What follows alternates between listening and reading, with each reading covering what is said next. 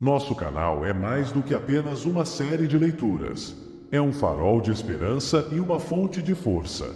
Acreditamos que a Bíblia contém as chaves para enfrentar os desafios da vida, oferecendo consolo em momentos de desespero e orientação quando o caminho parece obscuro. Através da palavra da fé, pretendemos inspirar, elevar e capacitar você, transformando vidas. Um versículo de cada vez. Venha comigo nessa jornada onde compartilho a palavra de Deus em Hebreus 1 que diz assim: há muito tempo Deus falou muitas vezes e de várias maneiras aos nossos antepassados por meio dos profetas. Mas nestes últimos dias falou-nos por meio do Filho, a quem constituiu herdeiro de todas as coisas e por meio de quem fez o universo. O Filho é o resplendor da glória de Deus e a expressão exata do seu ser, sustentando todas as coisas por sua palavra poderosa. Depois de ter realizado a purificação dos pecados, ele se assentou à direita da majestade nas alturas, tornando-se tão superior aos anjos quanto o nome que herdou é superior ao deles. Pois a qual dos anjos Deus alguma vez disse: Tu és meu filho, eu hoje te gerei? E outra vez: Eu serei seu pai, e ele será meu filho. E ainda, quando Deus introduz o primogênito no mundo, diz: Todos os anjos de Deus o adorem. Quanto aos anjos, ele diz: Ele faz dos seus anjos ventos e dos seus servos clarões reluzentes. Mas a respeito do Filho, diz: O teu trono, ó Deus, subsiste para todo sempre. Cetro de equidade é o cetro do teu reino. Amas a justiça e odeias a iniquidade. Por isso, Deus, o teu Deus, escolheu-te dentre os teus companheiros, ungindo-te com óleo de alegria. E também diz: No princípio, Senhor, firmaste os fundamentos da terra, e os céus são obras das tuas mãos. Eles perecerão, mas tu permanecerás, envelhecerão como vestimentas. Tu os enrolarás como um manto, como roupas eles serão trocados. Mas tu permaneces o mesmo, e os teus dias jamais terão fim. A qual dos anjos Deus alguma vez disse: Senta-te à minha direita, até que eu faça dos teus inimigos um estrado para os teus pés? Os anjos não são, todos eles, espíritos ministradores enviados para servir aqueles que hão de herdar a salvação? Por isso é preciso que prestemos maior atenção ao que temos ouvido, para que jamais nos desviemos. Porque se a mensagem transmitida por anjos provou a sua firmeza, e toda transgressão e desobediência recebeu a devida punição, como escaparemos nós, se negligenciarmos tão grande salvação? Esta salvação, primeiramente anunciada pelo Senhor, foi-nos confirmada pelos que a ouviram. Deus também deu testemunho dela por meio de sinais, maravilhas, diversos milagres e dons do Espírito Santo distribuídos de acordo com a sua vontade. Não foi a anjos que ele sujeitou o mundo que há de vir, a respeito do qual estamos falando. Mas alguém em certo lugar testemunhou, dizendo: Que é o homem, para que com ele te importes? E o filho do homem, para que com ele te preocupes? Tu o fizeste um pouco menor do que os anjos e o coroaste de glória e de honra. Tudo sujeitaste debaixo dos seus pés. Ao lhe sujeitar todas as coisas, nada deixou que não lhe estivesse sujeito. Agora, porém, ainda não vemos que todas as coisas lhe estejam sujeitas. Vemos, todavia, aquele que por um pouco foi feito menor do que os anjos, Jesus, coroado de honra e glória por ter sofrido a morte, para que, pela graça de Deus, em favor de todos, experimentasse a morte. Ao levar muitos filhos à glória, convinha que Deus, por causa de quem e por meio de quem tudo existe, tornasse perfeito, mediante o sofrimento, o autor da salvação deles. Ora, tanto o que santifica quanto os que são santificados provém de um só. Por isso Jesus não se envergonha de chamá-los irmãos. Ele diz: Proclamarei o teu nome a meus irmãos, na assembleia te louvarei. E também, nele porei a minha confiança. Novamente ele diz: Aqui estou eu com os filhos que Deus me deu. Portanto, visto que os filhos são pessoas de carne e sangue, ele também participou dessa condição humana, para que, por sua morte, derrotasse aquele que tem o poder da morte, isto é, o diabo, e libertasse aqueles que durante toda a vida estiveram escravizados pelo medo da morte. Pois é claro que não é a anjos que ele ajuda, mas aos descendentes de Abraão. Por essa razão era necessário que ele se tornasse semelhante a seus irmãos em todos os aspectos, para se tornar sumo sacerdote misericordioso e fiel com relação a Deus e fazer propiciação pelos pecados do povo. Porque, tendo em vista o que ele mesmo sofreu quando tentado, ele é capaz de socorrer aqueles que também estão sendo tentados. Portanto, santos irmãos, participantes do chamado celestial, fixem os seus pensamentos em Jesus, apóstolo e sumo sacerdote que confessamos. Ele foi fiel àquele que o havia constituído, assim como Moisés foi fiel em toda a casa de Deus. Jesus foi considerado digno de maior glória do que Moisés, da mesma forma que o construtor de uma casa tem mais honra do que a própria casa. Pois toda casa é construída por alguém, mas Deus é o edificador de tudo. Moisés foi fiel como servo em toda a casa de Deus, dando testemunho do que haveria de ser dito no futuro. Mas Cristo é fiel como filho sobre a casa de Deus, e esta casa somos nós, se é que nos apegamos firmemente à confiança e à esperança da qual nos gloriamos. Assim, como diz o Espírito Santo, hoje, se vocês ouvirem a sua voz, não endureçam o coração, como na rebelião, durante o tempo de provação no deserto, onde os seus antepassados me tentaram, pondo-me à prova, apesar de, durante 40 anos, terem visto o que eu fiz. Por isso fiquei irado contra aquela geração e disse: os seus corações estão sempre se desviando, e eles não reconheceram os meus caminhos. Assim jurei na minha ira: jamais entrarão no meu descanso. Cuidado, irmãos, para que nenhum de vocês tenha coração perverso e incrédulo, que se afaste do Deus vivo. Pelo contrário, encorajem-se uns aos outros todos os dias, durante o tempo que se chama hoje, de modo que nenhum de vocês seja endurecido pelo engano do pecado. Pois passamos a ser participantes de Cristo, desde que, de fato, nos apeguemos até o fim à confiança que tivemos no princípio. Por isso é que se diz: se hoje vocês ouvirem a sua voz, não endureçam o coração, como na rebelião. Quem foram os que ouviram e se rebelaram? Não foram todos os que Moisés tirou do Egito, contra quem Deus esteve irado durante 40 anos? Não foi contra aqueles que pecaram, cujos corpos caíram no deserto, e a quem jurou que nunca haveriam de entrar no seu descanso? Não foi aqueles que foram desobedientes. Vemos, assim, que foi por causa da incredulidade que não puderam entrar. Visto que nos foi deixada a promessa de entrarmos no descanso de Deus, temamos que algum de vocês pense que tenha falhado. Pois as boas novas foram pregadas também a nós, tanto quanto a eles. Mas a mensagem que eles ouviram de nada lhes valeu, pois não foi acompanhada de fé por aqueles que a ouviram. Pois nós, os que cremos, é que entramos naquele descanso, conforme Deus disse: assim jurei na minha ira: jamais entrarão no meu descanso, embora suas obras estivessem concluídas desde a criação do mundo. Pois em certo lugar ele falou sobre o sétimo dia, nestas palavras: no sétimo dia Deus descansou de toda a obra que realizará. E de novo, na passagem citada há pouco, diz: jamais entrarão no meu descanso. Entretanto, resta entrarem alguns naquele descanso, e aqueles a quem anteriormente as boas novas foram pregadas não entraram, por causa da desobediência. Por isso Deus estabelece outra vez um determinado dia, chamando-o hoje, ao declarar muito tempo depois, por meio de Davi, de acordo com o que fora dito antes: se hoje vocês ouvirem a sua voz, não endureçam o coração. Porque, se Josué lhes tivesse dado descanso, Deus não teria falado posteriormente a respeito de outro dia. Assim, ainda resta um descanso sabático para o povo de Deus. Pois todo aquele que entra no descanso de Deus também descansa das suas obras, como Deus descansou das suas. Portanto, esforcemo-nos por entrar nesse descanso, para que ninguém venha a cair, seguindo aquele exemplo de desobediência. Pois a palavra de Deus é viva e eficaz, e mais afiada que qualquer espada de 2 gumes. Ela penetra ao ponto de dividir alma e espírito, juntas e medulas, e julga os pensamentos e intenções do coração. Nada, em toda a criação, está oculto aos olhos de Deus. Tudo está descoberto e exposto diante dos olhos daquele a quem havemos de prestar contas. Portanto, visto que temos um grande sumo sacerdote que adentrou os céus, Jesus, o Filho de Deus, apeguemo-nos com toda a firmeza à fé que professamos. Pois não temos um sumo sacerdote que não possa compadecer-se das nossas fraquezas, mas sim alguém que, como nós, passou por todo tipo de tentação, porém, sem pecado.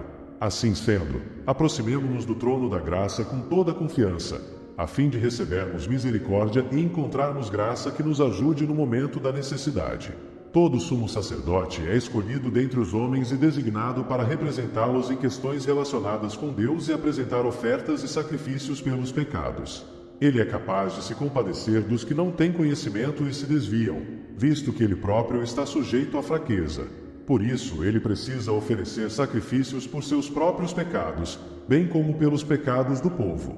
Ninguém toma esta honra para si mesmo, mas deve ser chamado por Deus, como de fato foi Arão. Da mesma forma, Cristo não tomou para si a glória de se tornar sumo sacerdote, mas Deus lhe disse: Tu és meu filho, eu hoje te gerei. E diz noutro lugar: Tu és sacerdote para sempre, segundo a ordem de Melquisedeque. Durante os seus dias de vida na terra, Jesus ofereceu orações e súplicas, em alta voz e com lágrimas, àquele que podia salvar da morte, sendo ouvido por causa da sua reverente submissão. Embora sendo filho, ele aprendeu a obedecer por meio daquilo que sofreu, e, uma vez aperfeiçoado, tornou-se a fonte de eterna salvação para todos os que lhe obedecem, sendo designado por Deus sumo sacerdote, segundo a ordem de Melquisedeque. Quanto a isso, temos muito que dizer, coisas difíceis de explicar, porque vocês se tornaram lentos para aprender. De fato, embora a esta altura já devessem ser mestres, vocês precisam de alguém que lhes ensine novamente os princípios elementares da palavra de Deus. Estão precisando de leite, e não de alimento sólido. Quem se alimenta de leite ainda é criança, e não tem experiência no ensino da justiça. Mas o alimento sólido é para os adultos, os quais, pelo exercício constante, tornaram-se aptos para discernir tanto o bem quanto o mal. Portanto, deixemos os ensinos elementares a respeito de Cristo e avancemos para a maturidade, sem lançar novamente o fundamento do arrependimento de atos que conduzem à morte, da fé em Deus, da instrução a respeito de batismos, da imposição de mãos, da ressurreição dos mortos e do juízo eterno. Assim faremos, se Deus o permitir. Ora, para aqueles que uma vez foram iluminados, provaram o dom celestial, tornaram-se participantes do Espírito Santo, experimentaram a bondade da palavra de Deus e os poderes da era que há de vir, e caíram, é impossível que sejam reconduzidos ao arrependimento, pois para si mesmos estão crucificando de novo o Filho de Deus, sujeitando-o à desonra pública. Pois a terra que absorve a chuva, que cai frequentemente e dá colheita proveitosa àqueles que a cultivam, recebe a bênção de Deus. Mas a terra que produz espinhos e ervas daninhas é inútil e logo será amaldiçoada. Seu fim é ser queimada. Amados, mesmo falando dessa forma, estamos convictos de coisas melhores em relação a vocês, coisas próprias da salvação. Deus não é injusto. Ele não se esquecerá do trabalho de vocês e do amor que demonstraram por ele, pois ajudaram os santos e continuam a ajudá-los. Queremos que cada um de vocês mostre essa mesma prontidão até o fim, para que tenham a plena certeza da esperança, de modo que vocês não se tornem negligentes, mas imitem aqueles que, por meio da fé e da paciência, recebem a herança prometida. Quando Deus fez a sua promessa a Abraão, por não haver ninguém superior por quem jurar, jurou por si mesmo, dizendo: Esteja certo de que o abençoarei e farei seus descendentes numerosos. E foi assim que, depois de esperar pacientemente, Abraão alcançou a promessa. Os homens juram por alguém superior a si mesmos, e o juramento confirma o que foi dito, pondo fim a toda discussão, querendo mostrar de forma bem clara a natureza imutável do seu propósito para com os herdeiros da promessa. Deus o confirmou com juramento, para que, por meio de duas coisas imutáveis nas quais é impossível que Deus minta, sejamos firmemente encorajados, nós, que nos refugiamos nele para tomar posse da esperança a nós proposta. Temos esta esperança como âncora da alma, firme e segura, a qual adentra o santuário interior, por trás do véu, onde Jesus, que nos precedeu, entrou em nosso lugar, tornando-se sumo sacerdote para sempre, segundo a ordem de Melquisedeque. Esse Melquisedeque, rei de Salém e sacerdote do Deus Altíssimo, encontrou-se com Abraão quando este voltava, depois de derrotar os reis, e o abençoou. E Abraão lhe deu o dízimo de tudo. Em primeiro lugar, seu nome significa Rei de Justiça. Depois, Rei de Salém quer dizer Rei de Paz. Sem pai, sem mãe, sem genealogia, sem princípio de dias nem fim de vida, feito semelhante ao Filho de Deus, ele permanece sacerdote para sempre. Considerem a grandeza desse homem. Até mesmo o patriarca Abraão lhe deu o dízimo dos despojos. A lei requer dos sacerdotes dentre os descendentes de Levi que recebam o dízimo do povo, isto é, dos seus irmãos, embora estes sejam descendentes de Abraão. Este homem, porém, que não pertencia à linhagem de Levi, recebeu os dízimos de Abraão e abençoou aquele que tinha as promessas. Sem dúvida alguma, o inferior é abençoado pelo superior. No primeiro caso, quem recebe o dízimo são homens mortais. No outro caso, é aquele de quem se declara que vive. Pode-se até dizer que Levi, que recebe os dízimos, entregou-os por meio de Abraão. Pois, quando Melquisedeque se encontrou com Abraão, Levi ainda estava no corpo do seu antepassado. Se fosse possível alcançar a perfeição por meio do sacerdócio levítico, pois em sua vigência o povo recebeu a lei, porque haveria ainda necessidade de se levantar outro sacerdote, segundo a ordem de Melquisedeque e não de Arão? Pois quando há mudança de sacerdócio, é necessário que haja mudança de lei. Ora, aquele de quem se dizem estas coisas pertencia a outra tribo, da qual ninguém jamais havia servido diante do altar. Pois é evidente que o nosso Senhor descende de Judá, tribo da qual Moisés nada fala quanto a sacerdócio. O que acabamos de dizer fica ainda mais claro, quando aparece outro sacerdote semelhante a Melquisedeque, alguém que se tornou sacerdote, não por regras relativas à linhagem, mas segundo o poder de uma vida indestrutível. Pois sobre ele é afirmado: Tu és sacerdote para sempre, segundo a ordem de Melquisedeque. A ordenança anterior é revogada, porquanto era fraca e inútil, pois a lei não havia aperfeiçoado coisa alguma, sendo introduzida uma esperança superior, pela qual nos aproximamos de Deus. E isso não aconteceu sem juramento. Outros se tornaram sacerdotes sem qualquer juramento. Mas ele se tornou sacerdote com juramento, quando Deus lhe disse: O Senhor jurou e não se arrependerá, tu és sacerdote para sempre. Jesus tornou-se, por isso mesmo, a garantia de uma aliança superior. Ora, daqueles sacerdotes tem havido muitos, porque a morte os impede de continuar em seu ofício. Mas, visto que vive para sempre, Jesus tem um sacerdócio permanente. Portanto, ele é capaz de salvar definitivamente aqueles que, por meio dele, aproximam-se de Deus, pois vive sempre para interceder por eles. É de um sumo sacerdote como este que precisávamos: santo, inculpável, puro, separado dos pecadores, exaltado acima dos céus. Ao contrário dos outros sumos sacerdotes, ele não tem necessidade de oferecer sacrifícios dia após dia, primeiro por seus próprios pecados e depois pelos pecados do povo. E ele fez isso de uma vez por todas quando a si mesmo se ofereceu. Pois a lei constitui sumos sacerdotes a homens que têm fraquezas, mas o juramento, que veio depois da lei, constitui o Filho, perfeito para sempre. O mais importante do que estamos tratando é que temos um sumo sacerdote como esse, o qual se assentou à direita do trono da majestade nos céus, e serve no santuário, no verdadeiro tabernáculo que o Senhor erigiu, e não o homem. Todo sumo sacerdote é constituído para apresentar ofertas e sacrifícios, e por isso era necessário que também este tivesse algo a oferecer. Se ele estivesse na terra, nem seria sumo sacerdote, visto que já existem aqueles que apresentam as ofertas prescritas pela lei. Eles servem num santuário que é cópia e sombra daquele que está nos céus, já que Moisés foi avisado quando estava para construir o tabernáculo. Tenha o cuidado de fazer tudo segundo o modelo que lhe foi mostrado no monte. Agora, porém, o ministério que Jesus recebeu é superior ao deles, assim como também a aliança da qual ele é mediador é superior à antiga, sendo baseada em promessas superiores. Pois se aquela primeira aliança fosse perfeita, não seria necessário procurar lugar para outra. Deus, porém, achou o povo em falta e disse: Estão chegando os dias, declara o Senhor, quando farei uma nova aliança com a comunidade de Israel e com a comunidade de Judá. Não será como a aliança que fiz com os seus antepassados quando os tomei pela mão para tirá-los do Egito. Visto que eles não permaneceram fiéis à minha aliança, eu me afastei deles, diz o Senhor. Esta é a aliança que farei com a comunidade de Israel depois daqueles dias, declara o Senhor. Porei minhas leis em suas mentes e as escreverei em seus corações. Serei o Deus deles, e eles serão o meu povo. Ninguém mais ensinará ao seu próximo nem ao seu irmão, dizendo: Conheça ao Senhor, porque todos eles me conhecerão, desde o menor até o maior. Porque eu lhes perdoarei a maldade e não me lembrarei mais dos seus pecados.